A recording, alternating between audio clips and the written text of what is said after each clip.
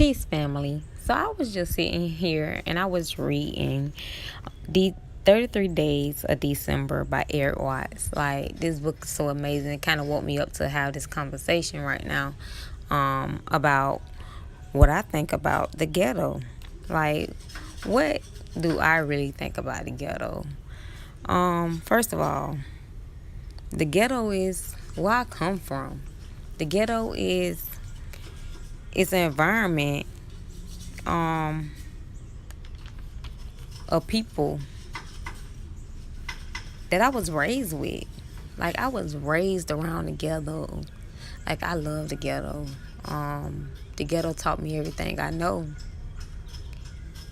It's crazy how they put a name on it and call it the ghetto, but don't even know what it means. It's like everybody had their opinion about the ghetto, but in my eyes, the ghetto was more like love. Like, we had so much love for each other in the ghetto. We made sure we was there for each other in the ghetto. There's the times where it was up and down, when this ghetto and that ghetto, and when they try to crash and have their conflicts towards each other, and it all be stupid reasons. And that's where outsiders who don't know nothing about the ghetto get things mixed up. Like, they feel like the ghetto is all about killing and single moms on welfare. Like, they just think it's about killing the single moms on welfare, which is bigger than that. It's the whole community for real. Like, everybody know each other. Everybody speak to each other, you know? Like, kids come play with the kids. We can go outside and do everything that we wanted to do in our ghetto. Like, when I was coming up, the ghetto was like family for real. Like, everybody was family. When news got involved and saw these hoods beefing towards each other, it kind of made the ghetto go down, because now everybody confused and trying to figure out who can they trust. So the ghetto got to this little mindset where they saw this image on TV that these people was putting out to them, so they didn't know who to trust, because everybody was looking at them funny. So they took what others were saying on the outside personal. And that's why we suffering through things we're going through now in the ghetto. First of all, it's not a ghetto. That is an environment. It's an environment of people who is full of love. And like, everybody out there is to love each other for real, because they all going through the same struggle. The same struggle that I went through, and the same struggle that we still are going through, of modern day slavery. We're not using our own thinking caps. We really allow people to come in our life and think for us. But we was all put here to create. God is a creator, and God birthed us. So we are part of God. So that means we birth. We can create. We can create whatever reality we want. It's our thoughts. It's our feelings. It's our emotions. It's our judgment.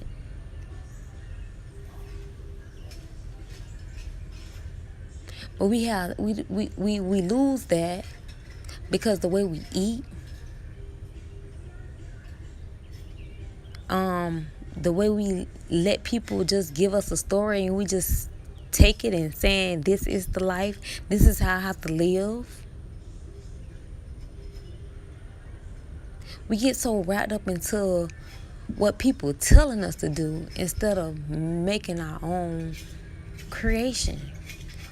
You can create your own world. Like, that's what you was put here to do. You was put here to create.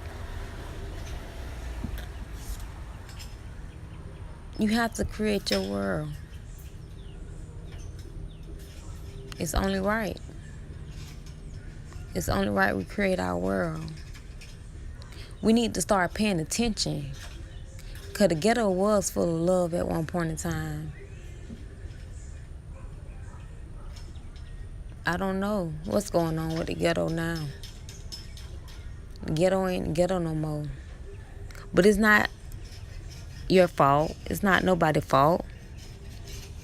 It's what we allow. How we lost our own creativities. How we start depending so much on man and not believing in God. Ourself. Ourself. You are a God. You definitely are God.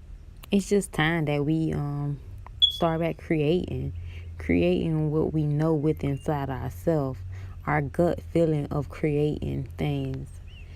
Most people say it's hard because lack of money, but money is really energy. So the type of energy you put out is the type of money you're gonna receive. Point blank. Period. Most drug dealers in the streets feel like drugs is all they know how to survive for their family. But in the end of the day, you're really not surviving for your family. You're killing yourself and other people's family just to try to provide for your family. But what is your family without you around? Like, we have to think about the consequences too. We have to have common sense of how things and how these cycles keep repeating themselves. Even with the outsiders who scared to come into the community, like, it's okay to come into community. Like, we all are one for real. We create this universe for real. We got so dependable on man-made things to the point that we forgot what we came down here to earth to do. We came down here to save Mother Earth. But I am now taking one-on-one spiritual lessons for anyone who are interested.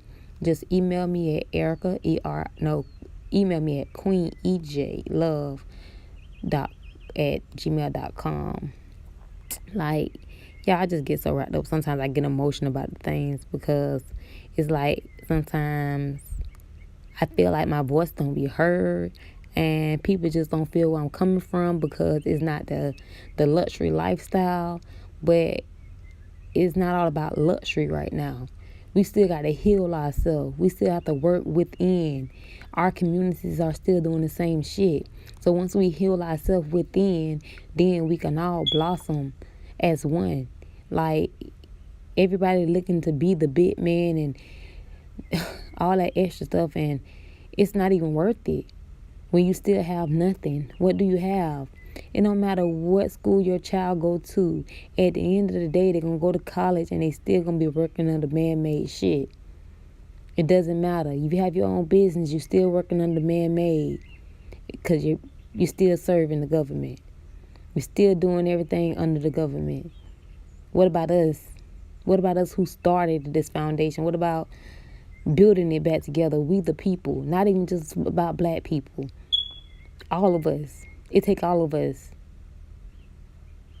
But I love y'all, and y'all have to go check out Eric Watts' book, 33 Days of December. Like, this book really opened my eyes today, and y'all should read it.